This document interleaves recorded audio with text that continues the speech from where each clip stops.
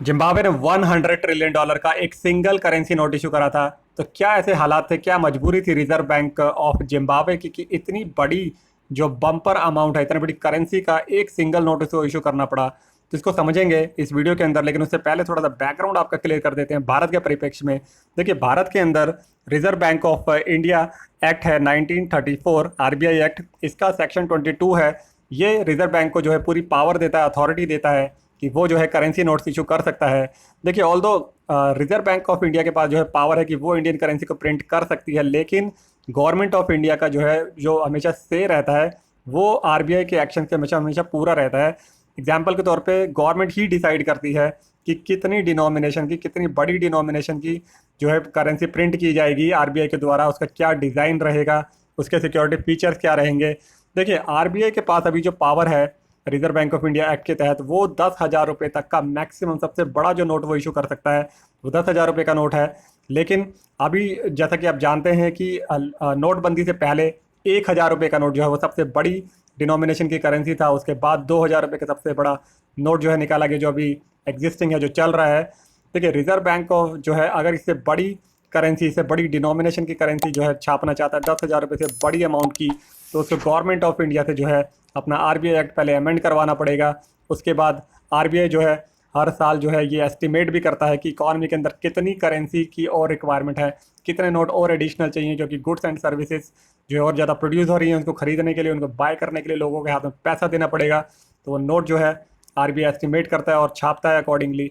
देखिए, जो high denomination के नोट्स होते हैं वो 1,000, 5,000 और 10,000 के, इतनी बड़ी करेंसी, इतनी बड़ी डिनोमिनेशन के जो नोट थे वो ऑलरेडी भारत में प्रिवेलिंग थे। 1954 में इशू किए गए थे, लेकिन डीमोनेटाइजेशन के तहत 1978 में इनको बंद कर दिया गया। जहाँ तक सिक्कों की बात है, जो कॉइन्स हैं वो गवर्नमेंट ऑफ इंडिया यानी कि भारत सरकार जो है अपनी मिंटिंग प्रेस में उसे मिंट करती है, उसे निकालती है। अब इस बैकग्राउंड में जो है हम अपने टॉपिक पे वापस आते हैं कि जिम्बाब्वे के अंदर ऐसे क्या हालात थे कि इतनी बड़ी करेंसी का एक सिंगल नोट जो है रिजर्व बैंक ऑफ जिम्बाब्वे को इशू करना पड़ा। देखिए, वहाँ पे हाइपर इन्फ्लेशन जो है जिम्बाब्वे में चल रही थी, और हाइपर इन्फ्लेशन एक ऐसा इकोनॉमिक कंसेप्ट है जो कि वर्ल्ड ने थियोरेटिकली इसको पढ़ा है, लेकिन रेयरली गिनती के ही कुछ ऐसे देश हैं जिन्होंने इसको प्रैक्टिकली देखा भी है। जिम्बाब्वे उनमें से एक है जहाँ पे हाइपर इन्फ्लेशन हो चुकी थी 2008 के टाइम पे, जब पूरा विश्व जो है आर्थिक मंदी के दौर से गुजर रहा था। देखिए, कई सारे न्यूमेरिक इकोनॉमिक शॉक जो है जिम्बाब्वे की इकोनॉमी को लगे, तो नेशनल जो गवर्नमेंट थी जिम्बाब्वे की, उसने मनी सप्लाई को इतना ज़्यादा बढ़ा दिया क्योंकि उसके नेशनल डेट भी बढ़ रहे थे और सिग्निफिकेंट डिक्लाइन हो गया था उसके इकोनॉमिक आउटपुट पे, और उसके एक्सपोर्ट जो हैं बिल्कुल गिर गए थे। पॉलिटिकली वहाँ पे करप्शन बहुत ज़्यादा फैल चुका था। फंडामेंटली इकोनॉमी जो है टोटली क्रैक हो चुकी थी, वीक हो चुकी थी। और अभी आज के परिप्रेक्ष्य में अगर बात करें 2022 में, तो रशिया यूक्रेन का जो वॉर है वो भी एक कारण है जो इस तरह के हालात जो है पैदा कर रहा है, जो इस इकॉनमी को दोबारा से उसी बैकग्राउंड में, उसी तरह के हालात में जो है धकेल रहा है। यहाँ पे महंगाई यानी कि इन्फ्लेशन को समझ लेना जो है बहुत इंपॉर्टेंट हो जाता है कि इन्फ्लेशन होती क्या चीज़ है। देखिए, जो वस्तुएं होती हैं, जो गुड्स एंड सर्विसेज होती हैं हमारी, उसकी कीमतें जब बढ़ती चली जाती है तो उसको इन्फ्लेशन बोलते हैं। और हाइपर इन्फ्लेशन एक ऐसा केस होता है जहाँ पे रैपिड, एक्सेसिव और आउट ऑफ कंट्रोल जो है कीमतें बढ़ती चली जाती हैं इकॉनमी के अंदर। और इन्फ्लेशन जो है 2008 के अंदर भी जो है जिम्बाब्वे के अंदर कुछ ऐसे हालात पैदा हो गए थे कि महंगाई जो है आउट ऑफ कंट्रोल हो गई थी। और 2008 में ये जो महंगाई की दर है ये लगभग 79.6 बिलियन% हो गई थी। जी हाँ, 79.6 बिलियन% तक पहुंच गई थी। और जिम्बाब्वे जो डॉलर है, जो करेंसी है वहाँ की, उसकी वैल्यू इतनी ज़्यादा गिर गई थी कि ब्लैक मार्केट में जो ब्रेड का एक टुकड़ा था वो 1,000 करोड़ जिम्बाब्वियन डॉलर का बिक रहा था।